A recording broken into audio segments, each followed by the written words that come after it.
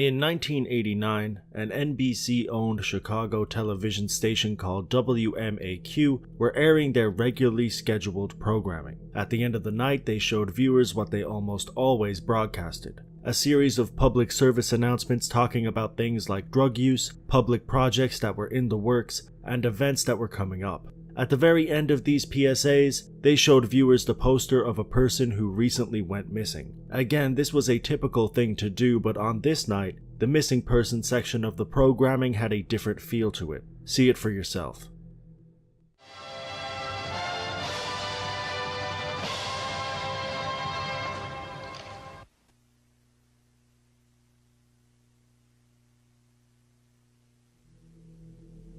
This picture eerily broadcasted until the next morning, and years later, it's still disturbing and confusing to the people who have seen it. The disturbing part is obvious. This picture is nothing like your typical missing persons photo. We can barely make out a person at all, and the image shows us no discernible features whatsoever. It's eerie to look at, and I can imagine seeing this image in the middle of the night with nothing but sharp static playing in the background would be a very eerie experience. However, the real confusing part about this poster is that according to any real documentation, Joanna Lopez, the person in this photo, doesn't exist. I don't mean that Joanna is a made-up entity, I simply mean that there is no proof that a person with this name was actually missing in Chicago in the late 80s. There are no missing reports, no news articles, and from what people have been gathering, there are no other reports about this missing case on any other television programs apart from WMAQ. Essentially, this is the only known report of Joanna's disappearance. Fortunately, there has been a resurgence in the interest surrounding this case because of a video made by Blame It on George where he talked about this picture. As well as this, there have been a couple of different subreddits that have been exploring the details of this case, and they've actually pieced together a few details that give us some more context about who Joanna could be. So let's look at what people have found so far and see if we can find any answers at all. Firstly, let's look at the actual poster. All we have is a name, a number, and a photograph that shows us a person who isn't recognizable in the slightest. The first important piece of info is the number. A user over on Reddit found the listing to this number, and it leads us to the youth division of the Chicago Police Department. This is actually an important detail because it tells us that Joanna was almost definitely under the age of 18 when this poster was aired. Another piece of information that supports that theory is the YouTube channel that posted the original video. It's called the Museum of Classic Chicago Television, and it's the page that archived this report. In the description of the video, they explain what the PSAs are, and right at the end they briefly describe the photo as Missing Child Alert Slide Joanna Lopez. So Joanna was, by the channel's standards, a child, but her specific age wasn't actually given. As you can easily tell, no other information about Joanna was given, and this is not common. If you look at any other slides, you can notice a stark difference in the way that they usually convey this type of information. Here's an example of a similar report that was also done in the 1980s.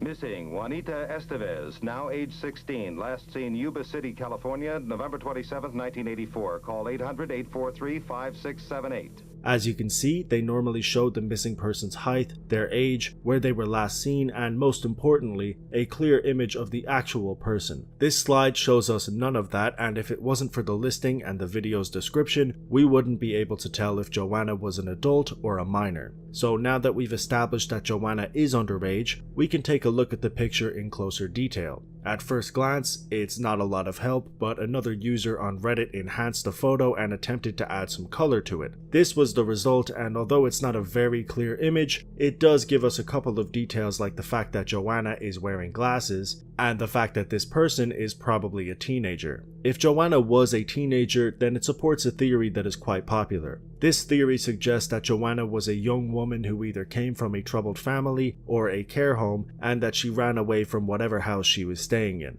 If this was a regular occurrence, then it would make sense that a missing report was not filed, and if she was found quickly, then it would also make sense that this story came and went. However, there is another detail of this story that I have deliberately left out until now because it pokes holes in this theory. That detail is the fact that this broadcast was not the only time that this slide was shown. Like I've said before, this is the only known station to ever share this poster, but they did actually share it on 2 occasions. Once in 1989 and one final time in 1991, 2 years later. As you can see, the photos are the same, but the picture is a small bit clearer. They also only showed this slide for a few seconds and they did not broadcast it throughout the night. It's a small detail, but it tells us that there is a chance that Joanna could have been missing for 2 years by the time the second slide was aired. Now, it's entirely possible that Joanna ran away on 2 separate occasions and they simply decided to use the same image twice, but this second slide really opens the doors to many possibilities when it comes to this case.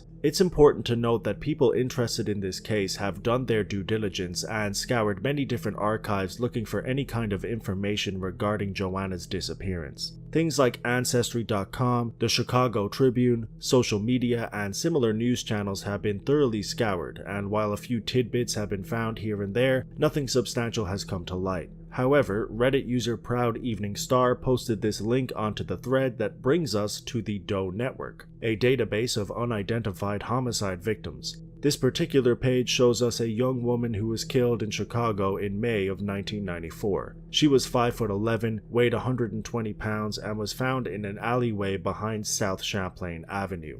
This alleyway is around 11 miles away from the Chicago PD headquarters, which is also where the postcode from the listing we mentioned earlier brings us. The killer was caught and was sentenced to prison, but he stated that he did not know what this woman's name was. She was allegedly a prostitute that he hired and they never exchanged any details. Her age is listed as 18 to 22. If we were to make a rough estimate and put Joanna's age at 15 in 1989 and 17 in 1991, then she would be around 20 in 1994. This would put her right in the middle of this estimate, but that's simply a wild guess, and it doesn't really do much for us. This is where not having any of the information on the missing poster is really detrimental to the case. We have all the specifics of the Jane Doe and no specifics whatsoever on Joanna Lopez. It's essentially another brick wall in a very frustrating series of dead ends. If you just straight up Google this case, you can spend a few hours running into all sorts of dead ends. There is a website called Defrosting Cold Cases that has a decent enough write-up on this case where they link a handful of interesting sites, but again, there's nothing really that tells us anything that could be overly useful in finding out the identity of Joanna.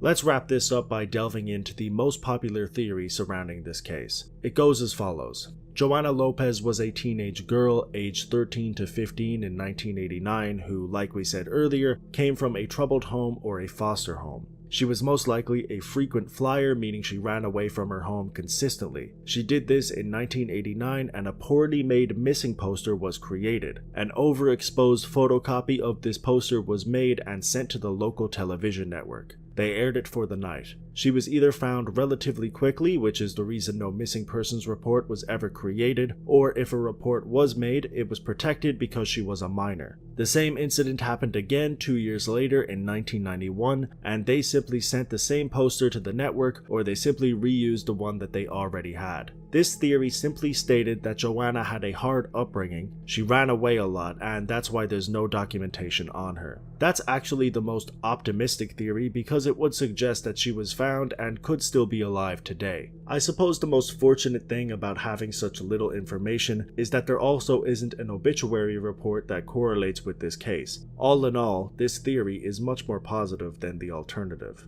One last thing I want to say is that this is the internet, believe it or not, and 1989 was not 100 years ago. So if you're watching this video now and you happen to live in Chicago in the late 80s or the early 90s, and you knew a Joanna who wore glasses, ask them about this picture. Even if their name isn't Joanna, just ask around your old friends, see if we can get any answers. That would be great. You should probably give them some context first, because if you just send them this picture with no explanation, they will probably block you. Seriously though, like I said, share this image around, see if we can try and find some answers and finally put the Joanna Lopez case to bed. Thank you for watching. I will see you in the next video.